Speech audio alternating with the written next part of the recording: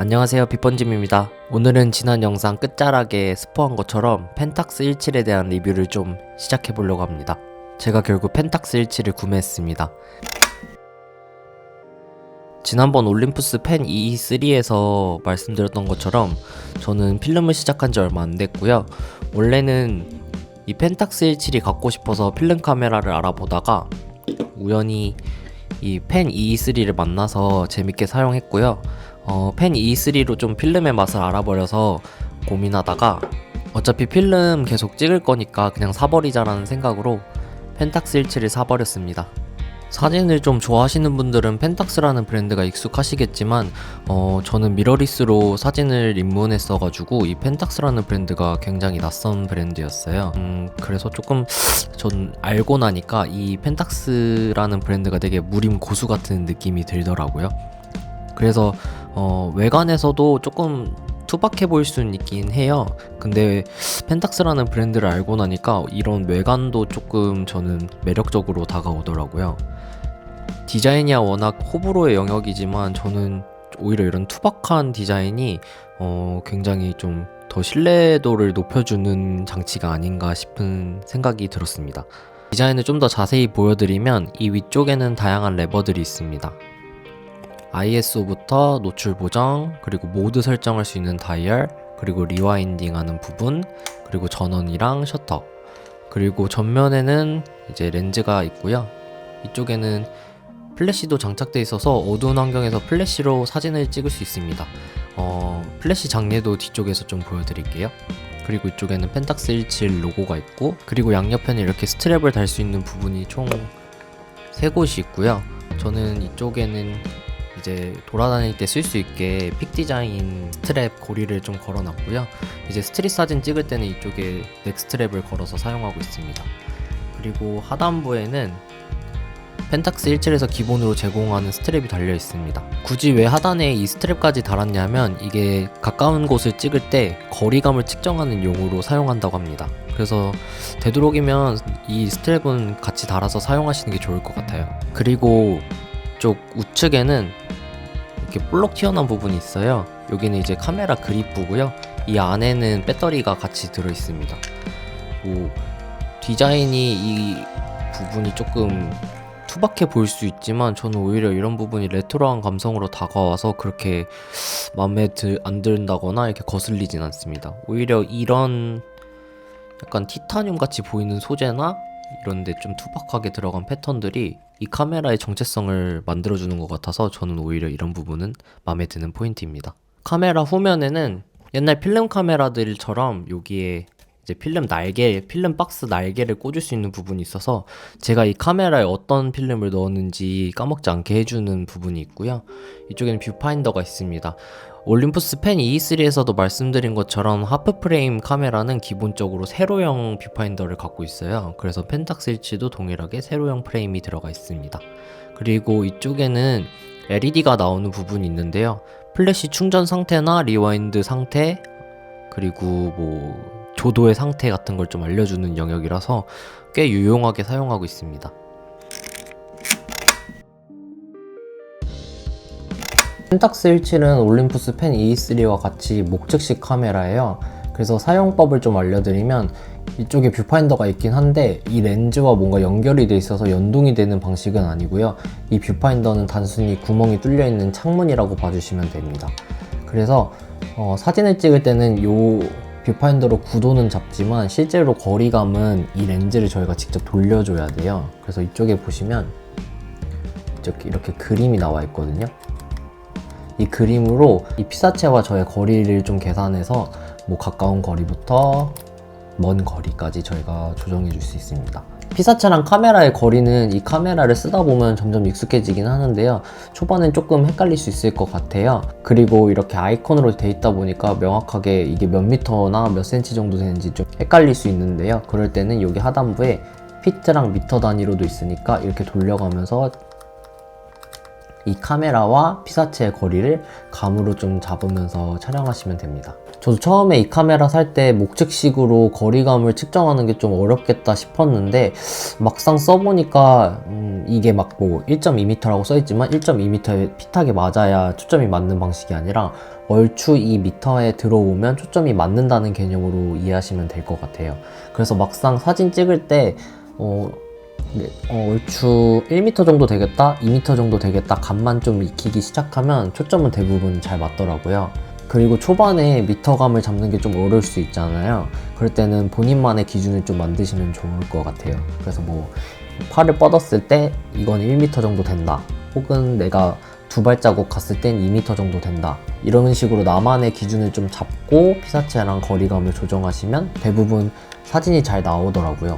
근데 저는 여기 있는 아이콘이 더 헷갈리더라고요. 그래가지고 저는 주로 사진 찍을 때 이 위 아이콘을 보기보단 이 하단부에 미터 단위를 보면서 좀 거리감을 잡고 셔터를 누르고 있습니다. 거리감을 얼추 잡았다면 다음에는 이제 모드를 좀 상황에 맞게 고르시면 되는데요.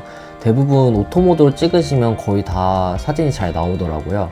근데 이제 이 오토 모드 같은 경우엔 1m 이상 되는 거리에는 대부분 초점이 맞지만 가까운 거리를 찍을 때는 여기 P 모드나 이 아래쪽 P 모드를 놓고 찍으셔야 돼요.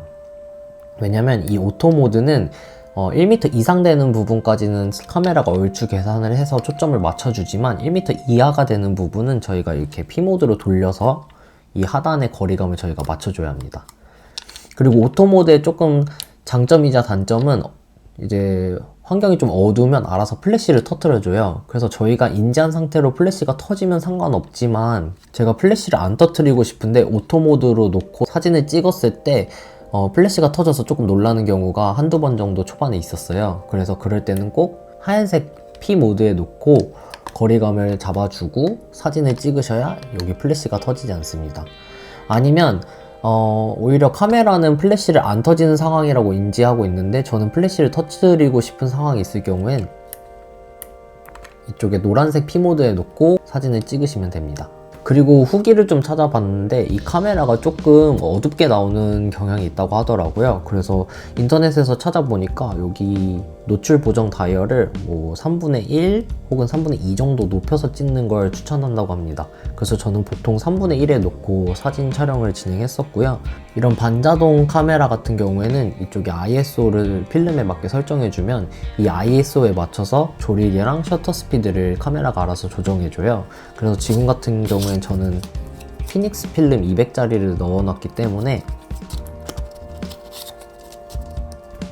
이쪽에 ISO를 200으로 설정해놨습니다. 그러면 이제 저희는 거리감만 맞춰주면 카메라가 알아서 조리개나 셔터 스피드는 여기 모드 다이얼에 맞춰서 알아서 설정해준다고 보시면 됩니다. 그래서 사실 초보자분들이 막 어려울 게 없는 카메라 같아요. 여기 거리감만 익숙해지기 시작하면 그냥 데일리로 다니면서 툭툭 찍기에도 정말 좋은 카메라 같아요.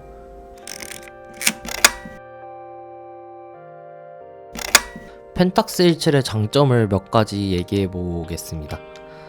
펜탁스 17 같은 경우엔 하프필름 카메라죠. 그래서 올림푸스 펜 EE3처럼 36장짜리 필름 한 롤을 넣으면 최대 72장까지 촬영이 가능해요. 그래서 사실 돌아다니면서 필름값 부담 없이 좀 가볍게 데일리로 툭툭툭 사진 찍기엔 정말 좋은 것 같아요.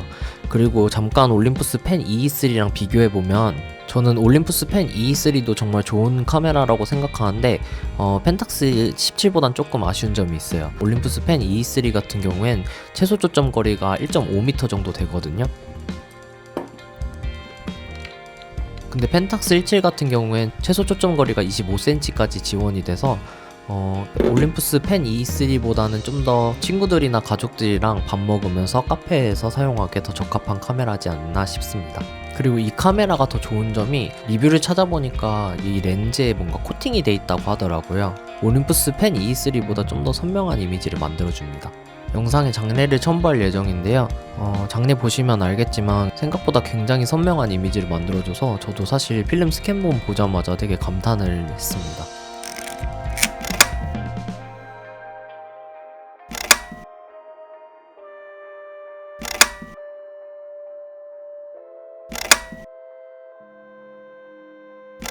개인적으로 펜탁스 17에서 조금 아쉬운 부분은 저는 좀 망원단의 렌즈를 선호하는 경향이 있는 사람이라서 펜탁스 17의 이 25mm 단렌즈가 굉장히 성능은 좋지만 제가 구도를 잡을 때 조금 어려운 점이 있었어요.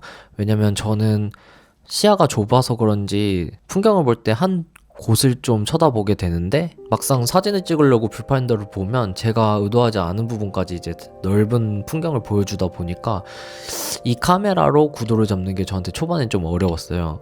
그래도 쓰다 보면 이 카메라 화각에 맞게끔 이제 장면을 보게 되는 경향이 있긴 한데 여전히 풍경 사진을 찍을 때 망원단을 좋아한다면 이 카메라가 조금 어려울 수는 있을 것 같습니다. 펜탁스 17을 어떤 분들에게 추천할 수 있을까 생각해 봤는데요. 사실 가격만 제외한다면 저 같은 초보 필름 입문하는 분들에게 좋은 것 같아요. 필름 처음에 입문할 때 사실상 빈티지 카메라로 많이 시작하게 되는데 빈티지 카메라가 제가 좀 잘 모르기도 하고 빈티지 카메라가 AS가 어려운 점도 있잖아요. 그럴 때 이런 AS도 되고 2024년에 출시한 신형 카메라를 사용하면 고장에 대한 부담도 좀 줄어들고요. 근데 다만 조금 가격이 부담스러운 건 사실이긴 하죠. 아니면 이런 분들도 괜찮을 것 같아요. 이미 필름 사진을 어느 정도 하고 있는데 데일리로 쓸 서브 카메라가 필요하다. 필름 비용이 좀 부담이 안 됐으면 좋겠다. 그 대신 화질은 좀 좋았으면 좋겠다. 라고 한다면 펜탁스 17만한 카메라가 없을 것 같아요. 사실 그런 분들한테 이런 올림푸스 펜 E3도 좋긴 한데 앞에도 말씀드린 것처럼 최소 초점 거리가 조금 길기도 하고요.